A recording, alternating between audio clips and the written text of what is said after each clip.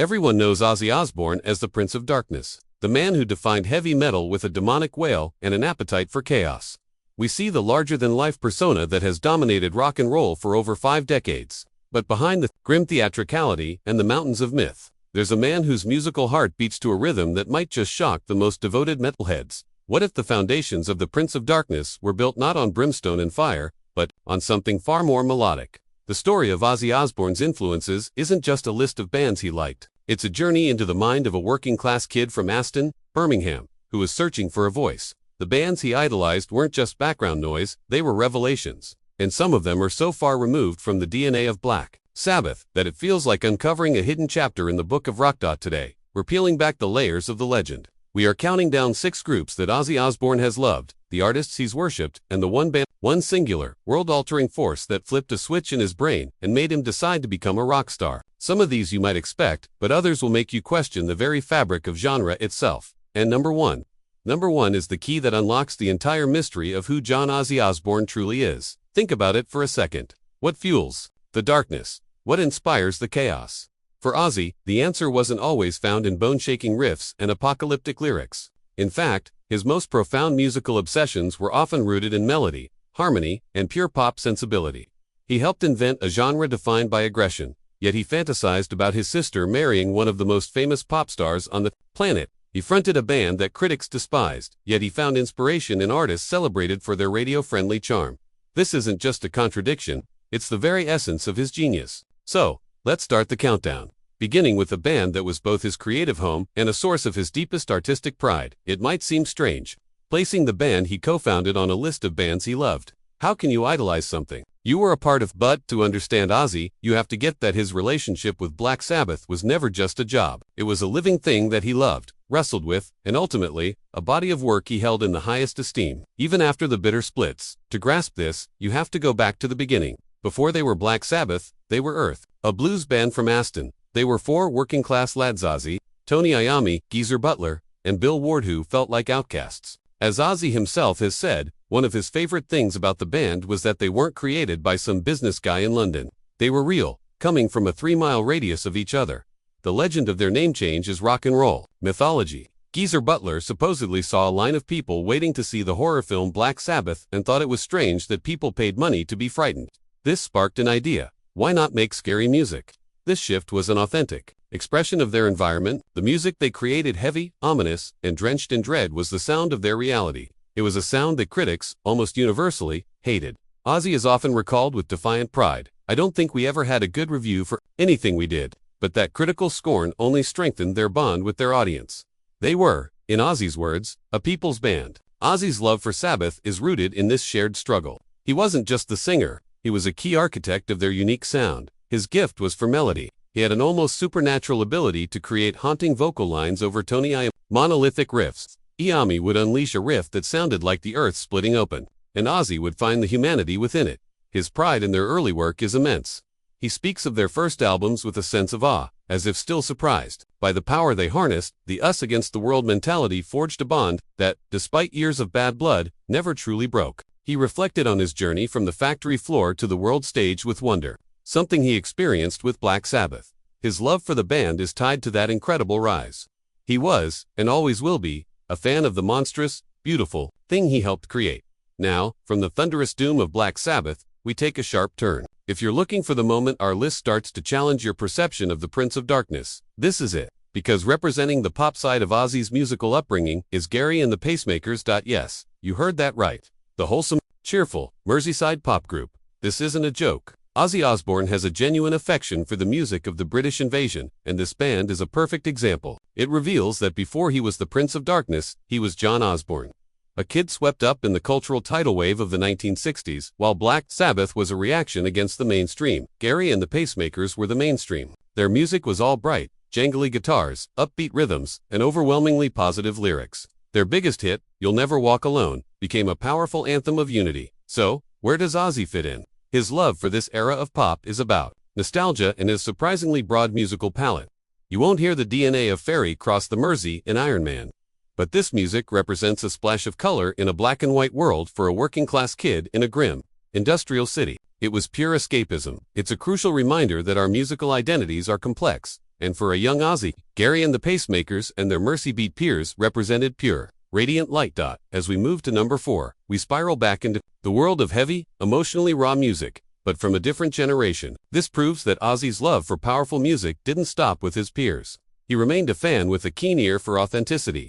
And in the early 1990s, no band embodied that more than Allison Chains. Ozzy's admiration for Allison Chains is well documented, built on friendship and deep musical respect. He wasn't just an icon paying lip service. He saw a kindred spirit in a band that channeled its pain into something brutally honest. The connection became deeply personal. Allison Chains got a massive break opening for Ozzy on his Theater of Madness tour in 1991. But the relationship went further. The story of bassist Mike Inez perfectly captures their bond. Inez was playing in Ozzy's solo band when Allison Chains asked him to join. Hesitant to leave, Inez went to Ozzy, who gave him his aggressive, fatherly blessing. As Inez tells it, Ozzy said, "If you don't go, we'll have to go to the hospital, because it's gonna take them about a week to get my foot out of your ass."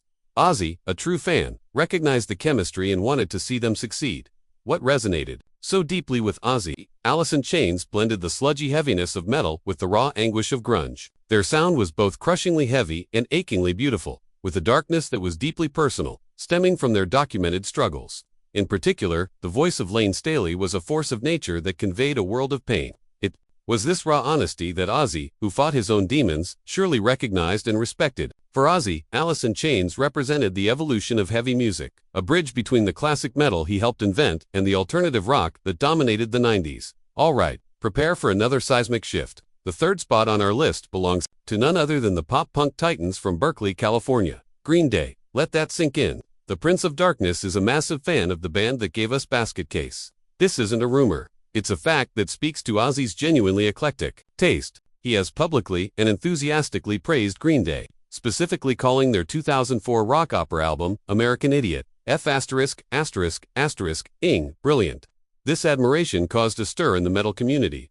But for Ozzy, music has never been about conforming to expectations. It's about energy and songwriting. The connection goes beyond fandom. Green Day played at Ozfest, exposing their punk energy to a massive, and initially skeptical, metal audience. The story, often told, is that Ozzy's son, Jack, was a huge fan, and was instrumental in getting them on the bill.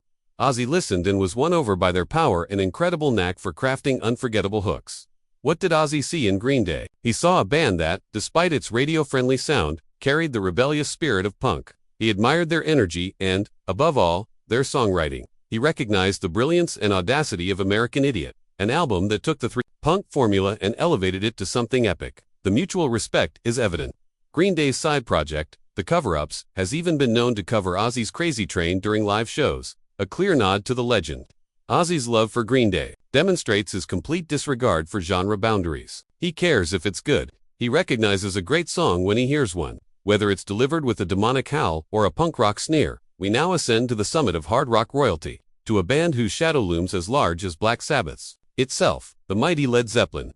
For Ozzy, Led Zeppelin wasn't just another band. They were a force of nature. He described hearing their debut album in 1969 as a great breath of fresh air, something commercially acceptable yet radically different. He has said his world stood still the first time he heard Dazed and Confused. He and the other members of Earth were completely blown away. The sheer power of John Bonham's drumming, Jimmy Robert Plant's stage presence undoubtedly influenced his own. His respect for them runs so deep that he has vehemently defended them against plagiarism accusations, calling a lawsuit against them a waste of ****ing time. Led Zeppelin represents the pinnacle of what a rock band could be in Ozzy's eyes. They were the gold standard against which all epic rock and roll would forever be judged. We have arrived at the absolute, undisputed, #1 spot. After all the darkness and heaviness, the band that Ozzy Osbourne loved more than any other, the band he credits with his entire career, is the Beatles. This isn't an exaggeration. In interview after interview, Ozzy has stated with unwavering passion that the Beatles were why he became a musician. His worship of them is absolute. When Sex Pistols guitarist Steve Jones told him he hated the Beatles, Ozzy said it was like saying you hate air. The story of his conversion is one he has told so many times it's clearly seared into his memory. As a teen, he was walking down Whitten Road in Aston with a transistor radio when She Loves You came on. In that instant, everything changed. He said, "I don't know. It just went, bang, and that's what I want to do." From that moment on, his life had a purpose. All thanks to that one song. To explain their impact, Ozzy uses a powerful analogy. Imagine you go to bed today, and the world is black and white, and then you wake up, and everything's in color. That's what it was like. His obsession was all-encompassing. His bedroom walls were covered in their pictures. He saw them as working-class heroes who proved a kid from a dreary town could dream bigger. His dream collaborator was always Paul McCartney, and when he finally met him, he compared it to meeting Jesus Christ. While Sabbath's sound was a world away from the Beatles' pop perfection, their influence on Ozzy's melodic sense is undeniable. The Beatles were masters of the hook, and that sensibility is the secret ingredient in Ozzy's music. He paid tribute by covering their songs, like In My Life, and John Lennon's Woman, and Working Class Hero. The Beatles are the Rosetta Stone. For understanding Ozzy Osbourne, they represent hope and the power of melody. Without She Loves You pouring out of a radio in Aston, the Prince of Darkness might never have existed. They aren't just his favorite band, they are his genesis. So, what do you think? Were you shocked by Ozzy's love for Green Day or the pop sounds of the 60s? Or does his absolute devotion to the Beatles make perfect sense? Let us know down in the comments. We want to hear your take on the surprisingly diverse musical world of the Godfather of Metal. And if you enjoyed this deep dive, do us a favor and hit that like button. And for more stories that go behind the music, make sure you subscribe and turn on notifications so you never miss a video. There, you have it. 6 of the bands that defined Ozzy Osbourne. From the foundational pride in his own creation, Black Sabbath, to the pop sheen of the 60s that colored his youth. From the modern darkness of Allison Chains and the pop-punk energy of Green Day that proved his ear was always open, to the godlike majesty of Led Zeppelin that served as inspiration. And finally, to the band that started it all, the Beatles, the architects of his dream. This shows us that legends are never one-dimensional. The Prince of Darkness is a character, but John Osbourne is a music fan, first and foremost. His tastes are broad and his influences more complex than his image suggests. He's a man who could create the sound of doom while cherishing pure pop joy. This complexity isn't a contradiction. It's the source of his genius.